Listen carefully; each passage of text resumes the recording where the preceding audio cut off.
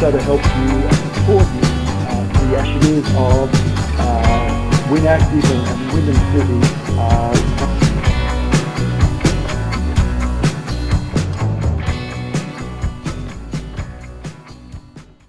Hi and welcome back to the WynActive webcast. It's great to have you again. My name is Barry and I'm from WynActive. I hope you're enjoying your week. We're on hump day now, so we've got a really special guest today from Wyndham Netball. But before then, as per normal, welcome James Robertella. How are you today, James?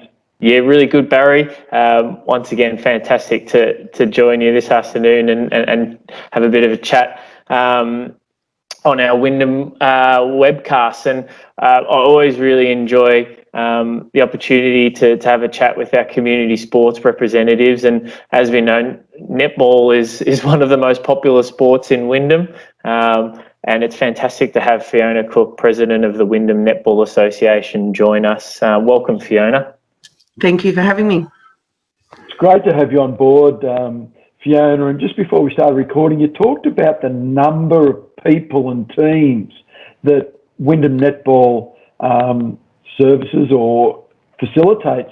Do you want to talk a little bit about Wyndham Netball and how big and the number of teams you've got? Yeah, well, Wyndham Netball is actually, it resonated when we combined Werribee Junior Netball Association and Werribee Netball Association. So we run junior and open competitions. We have approximately 120 junior teams that participate on Saturday morning. We have a mixed competition on a Monday night, and we run, I think there's about 23 games. Wednesday night we have an open ladies competition, and we have our competition at capacity with 34 odd games, and on Thursday night we have another ladies open competition. We have about 30 games that occur as well. Incredible. We're talking thousands of people here, aren't we, Barry? Yes. I mean, it's just there's so many, men and women out there that are missing their netball, Fiona. I can't imagine what it's like to be on the sidelines, per se. How are you sort of managing through this time as, leading the Wyndham Netball group and maybe talk us through some of the challenges from a community sports point of view? Well, it has been tough to know, especially for the younger children who probably are just accustomed to getting up every Saturday morning and going to their netball, and that was their normal day. They've just got nothing. We're not able to see them, the camaraderie that they've built with all their friends and their teams.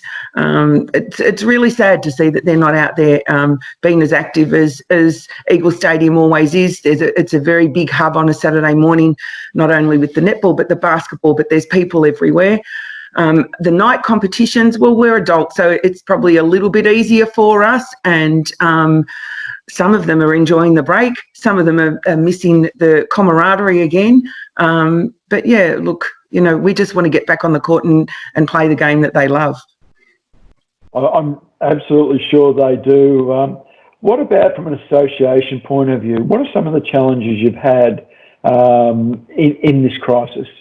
From an association point of view, we've had people who do minor roles for us that we unfortunately have had to sort of stand them down and don't have that opportunity. Without a competition, we don't have the revenue, which means we don't have the facilities available to have somebody working for us behind the scenes. It's not just somebody, there's quite a number of people that are now just unfortunately hoping and waiting for our competition to get back and going again, so that one, we can see people out on the courts, but two, because it is a little bit of an income for them. Absolutely it is, James.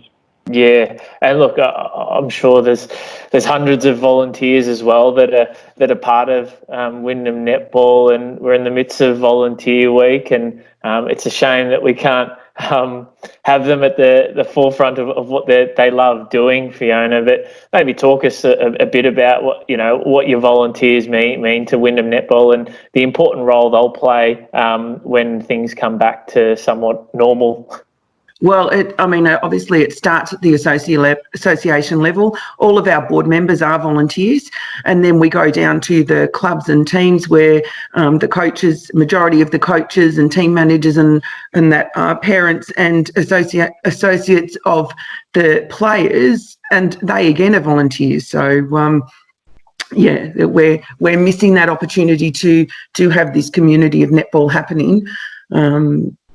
These volunteers are also struggling I suppose we're struggling to keep that communication open a little bit in some ways, because people have never had to deal with something like this. We all sit there and have a chat every now and again, and from a board point of view, we've got a board meeting this week, obviously via the computer, and we've been faced with a whole lot of new challenges because we've never been in this predicament. We don't know what the future holds as yet, so trying to prepare for something that you're unsure about is a pretty tough task. I think it's a tough task for everyone, yes. Let alone a group of volunteers with a job. You've all probably got jobs, you've got other things to do, so certainly understand how difficult it must be for you. But you talked about the volunteers, but in community sport, and it's sport at the community level, but it's also what you were talking about there, Fiona, the netball community. They're a community within the community, aren't they? And yes, they are. Those volunteers are really the glue, I think, of absolutely any that community sport. Have you had to innovate in any ways to try and you talked about the difficulty in that communication? What have you done?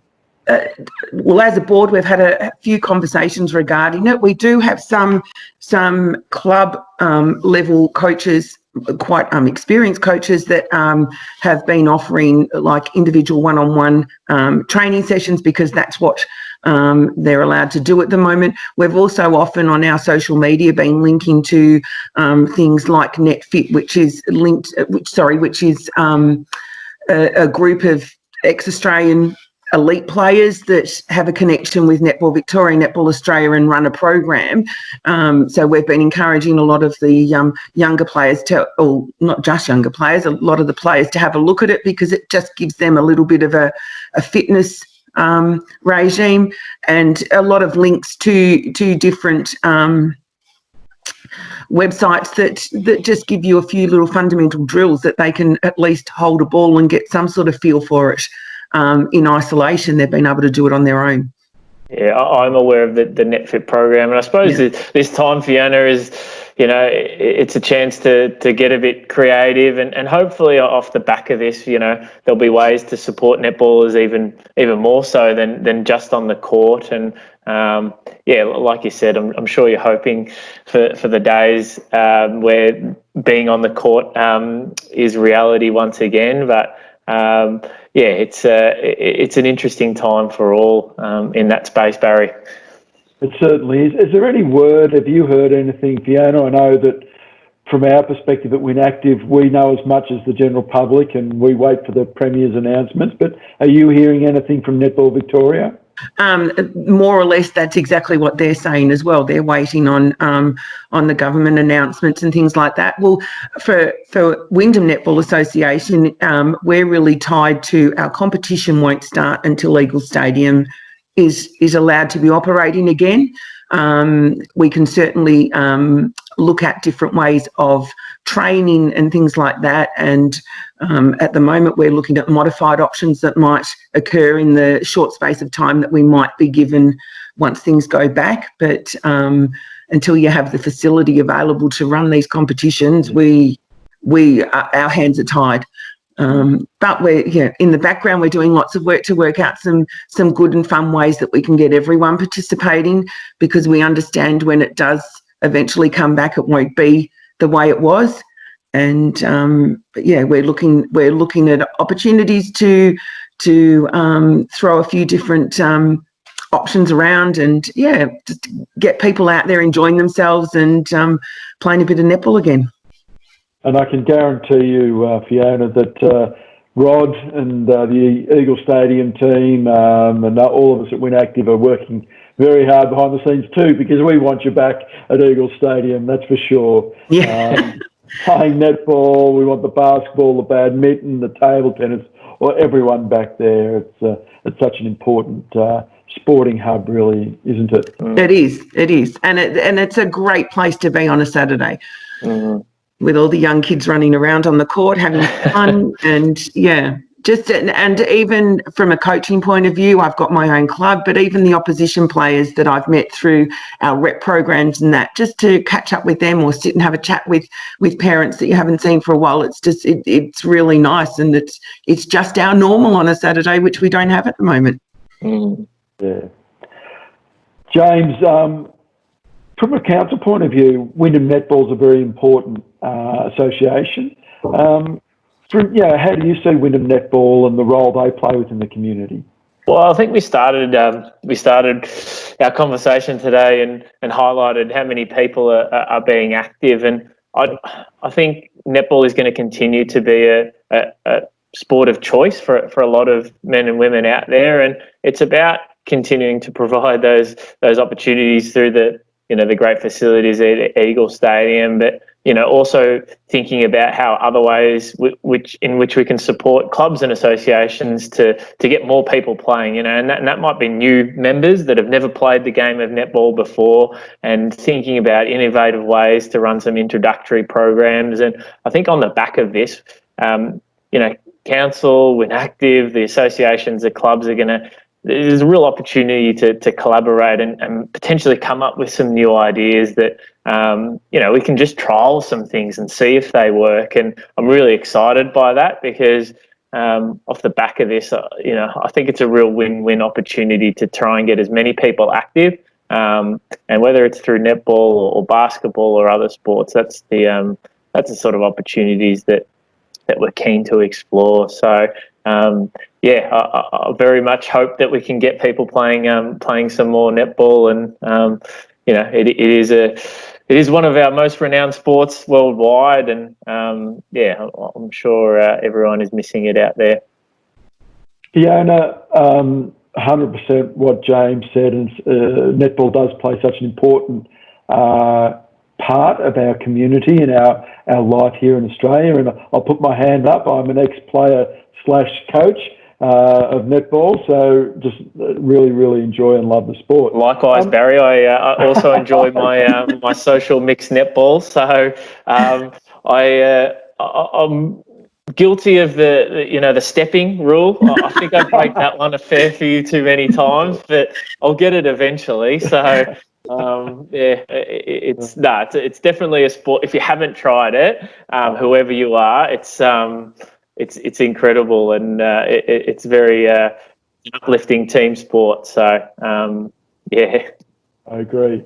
Fiona, coming out of this crisis, and let's assume we're at some stage we will come out of it. Sure. What are the plans of Wyndham Netball moving forward? Well, once we get the go-ahead to have people out there, even if it's only training at the start, we'll just try and implement the opportunity for as many people out there to be participating in something that gives them a bit of a relief for their netball hunger that they have. And depending on what we're allowed will depend on what sort of competition we run. Our aim is to have everyone that was participating before the virus to be back on the court, and hopefully have more people come along. At the moment, we're just working through options as to how we can ensure that we get as many people on the court in the time that will be given at the start, because we know it's going to be some sort of restriction. And we just want to get people out there and back and doing something that they love. Fantastic. And I think from James and I's perspective, we just want people to be active. Oh, absolutely. And this is just a great way to do it.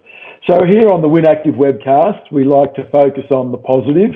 It's too easy just to worry about all the things we can't do or aren't working for us, but we like to show gratitude for those things some of those things in our lives. So Fiona, today, what are you grateful for? Oh, I'm certainly grateful for my family and my children and all of my friends and the netball community, because I'm in a position at the moment where I'm actually waiting for a knee operation. And believe it or not, in this virus, I've had quite a number of calls from unexpected people who I know and love through the netball community, but just ringing to check on me. I'm grateful for the opportunity to be able to talk to my family and friends. Obviously, Skype is a huge thing. My parents live up at Pambula Beach, so they're quite a distance. So the Skype conversation has been very important to see that they're well and healthy. And I'm just grateful that the Windham community hasn't been affected in huge numbers by this virus and, you know, the devastation that it's caused to a lot of people. Yeah. Oh, look, I agree, and it's coming through loud and clear in all the people we speak to, how grateful we are for our family, friends, and you know, the ability just to to be healthy, as you said. Absolutely, so, yeah. James. Yes. What about you, mate? Today, I'm grateful that I can see all the state sporting associations and national bodies beginning to to work together somewhat in a way to create these return to play guidelines, so that clubs and associations are provided the the know-how around what return to play might look like. So look, I'm grateful for that is the first step in this process, and it's going to be a gradual staircase climb to what is normal. But grateful for that first step in what the future might hold there, Barry. So looking forward to moving forward in that space. But for you, what are you finding yourself positive and grateful for today? Look, I'm going to follow in the same vein, actually. I coach representative basketball and involved with community football as well, so very much community orientated in my sport. But I received an email. I've got a Zoom meeting tonight with the basketball club that I'm associated with about strategies to reintroduce, to start up again. So I'm grateful for two things. One is community sport, which we're talking about today, but two, that we're now moving on and starting the discussion about starting up again, because we all love it. It's so important to us. So for me, I'm grateful for community sport, and we are now starting that process of coming back. And touch wood. Something can be salvaged from this season and this winter. So, that's what I'm grateful for, that we're on the path back, like you said, James. Fiona, just yourself, what are some of the tips or tricks for you staying positive, and you are positive, staying motivated during this time of social isolation? What have you done? For myself, I've just made sure that I've had that communication line open. I think it's really important to let people know how you're feeling, and to hear what they've got to say as well. That in a family situation, I've always made sure that I've very open communication with my children and vice versa. From a club level, I'm talking to a lot of people. We're putting little quotes out, or just, a little message out on Facebook that just says, hey, we're thinking of you. From an association level to the board, we're communicating regularly, and just trying to put happy little links and positive feeds out onto our website and Facebook social media pages, just so that people can see a bit of light, I suppose.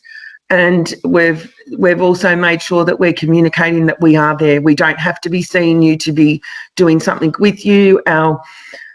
We've said our phone's always available to anyone who wants to talk, and I've got the association mobile, and I've spoken to a few people just out of the blue, which is really nice to communicate with them. But it also, sometimes that's what people need. They need to be able to vent and talk and have a conversation without people being judgmental or anything else like that. But yeah, just trying to make sure that people know that there is somebody out there that can help, because it can be, some people can go through some very dark times in situations like this. I think, that resonates really strongly, Fiona, and the power of community sport in people's lives is can never be understated. It's or overstated, I should say. It's it plays a big role in the day-to-day lives of people, and when that's ripped out, it can leave a bit of a hole. So, no, I appreciate you giving up your time today, Fiona, and sharing your insights around Wyndham Netball, and we wish you all the best in the coming weeks and months. And we can't wait to see the thousands of kids, men and women, walking into Eagle Stadium and grabbing netballs and throwing them around and enjoying their sport. So appreciate you coming on board, and we look forward to seeing what the future holds for Wyndham Netball. Thank you very much. Thank you, Fiona. Thank you, James. It's been great talking to you both today. Thank you. I hope you've enjoyed this WynActive webcast. As per normal, we've had another great guest sharing some great insights. Stay healthy, look after each other, and of course, keep smiling. We'll see you next time.